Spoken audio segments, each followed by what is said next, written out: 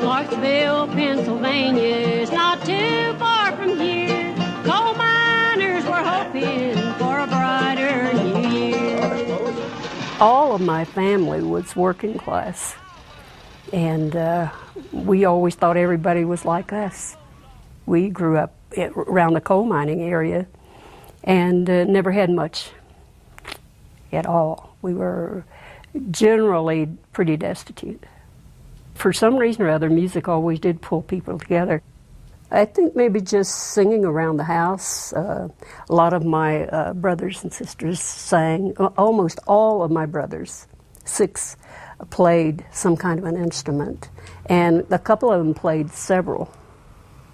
And I would always sing with them. It's something I think that's probably in your blood, in your genes, you know. I can remember my father telling stories as far back as I can remember. And of course my mother got bored with it, because a lot of times it would be the same stories over, and he would laugh just like he'd never heard it before, you know. But he was a great storyteller. My parents were supportive, except when I started to go into it professionally, and they didn't really understand why I was going to do that. I always knew that I was a rebel. There was something there, you know. But with the way we were raised, in the church, and you just didn't go against your teachings. And women stayed home and had the babies and kept the house, did the cooking, and generally kept her mouth shut. She knew what was good for her. And I somehow or other, I never felt after a while that really was for me. And more when I got out into the world and I began to be interested in the music, I think that changed the whole thing, because I realized that I had something to offer I didn't before that. I labored tall down in a coal mine. I really think that Barbara was ahead of her time.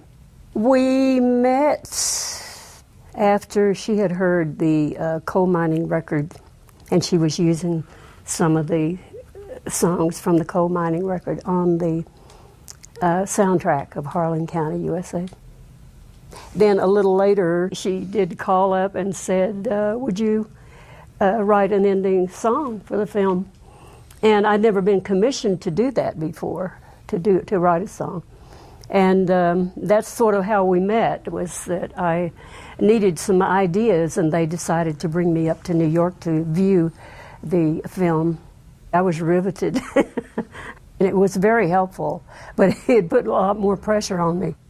The film was so strong, and then I felt, I gotta really come up with something. I can't let these people down. I'd rather be dead if I have to know that their scavenger books out. I can't stand it. I can't stand the thought of it. So just don't let them, stay on the picket line, always on the picket line.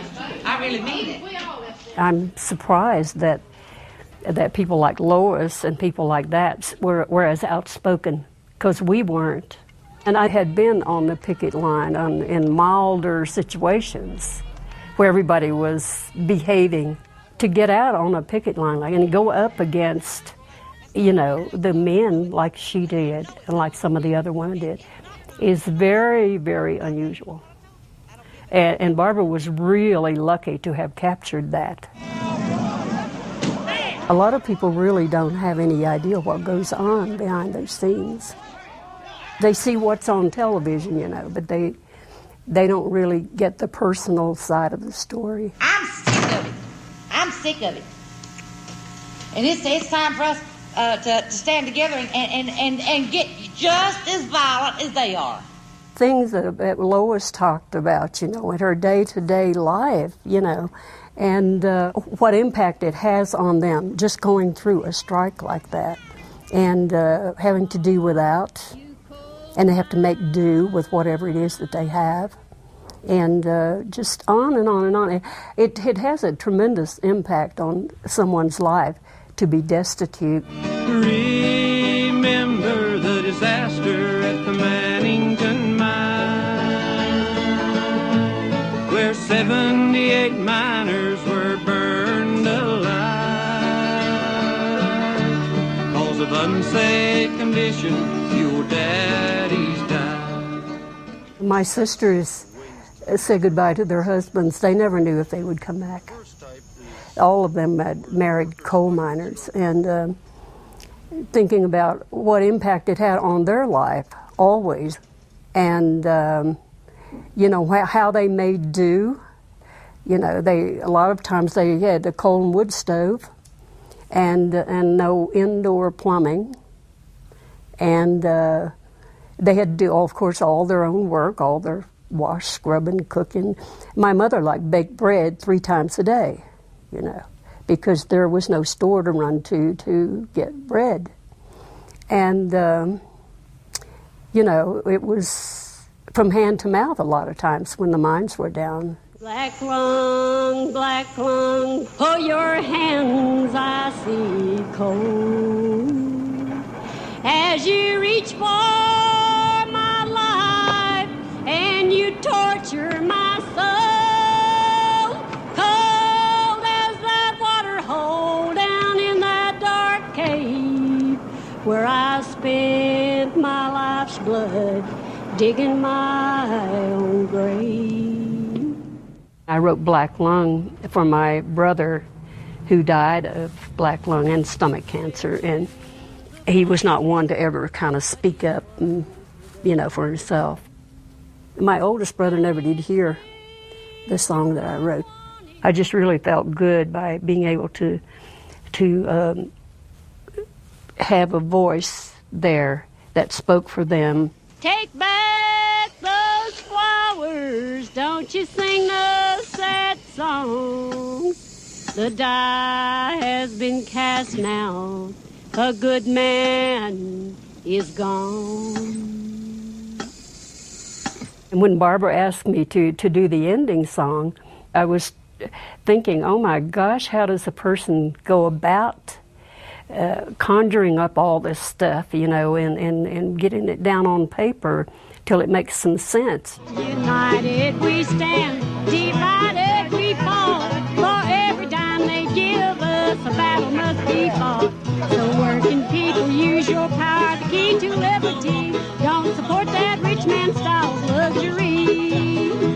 Once I got the thing down on paper and they said, okay, that's it. Well, I thought, now what? Because I didn't have musicians, I didn't have a band, and we had to get it recorded. I had to get it to them pronto. And so I just got on the phone and called up a bunch of friends and said, you know, you want to go in the studio and cut this song. And the band that you hear there is picked from here and there, and Maryland and Virginia and D.C. There ain't no way they can ever keep us dead, oh no. Ain't no way they can ever keep us dead. All of it was just, my God, it was just so quick.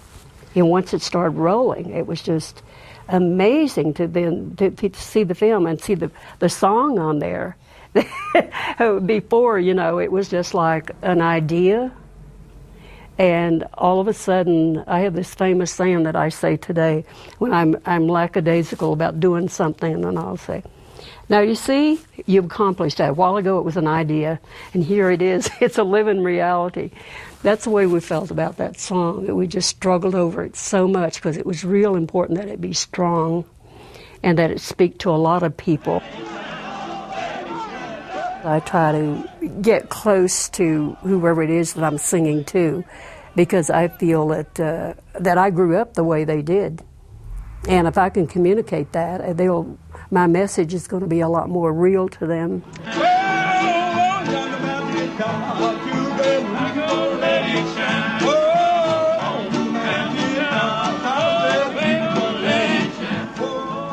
Generally, I like the political audience, because I always feel like that they're real tuning in, you know, to where I'm coming from, and because they're real grassroots, you know, most of them that come from where we did, and It really wasn't that hard for me, to tell you the truth. Some people think it's a great big sacrifice. I think it boils down to what you believe in and what makes you comfortable in that area. And if you're trying to be something you're not going to be comfortable with it. Wheel is rolling, rolling right along, and the government helps keep it going strong.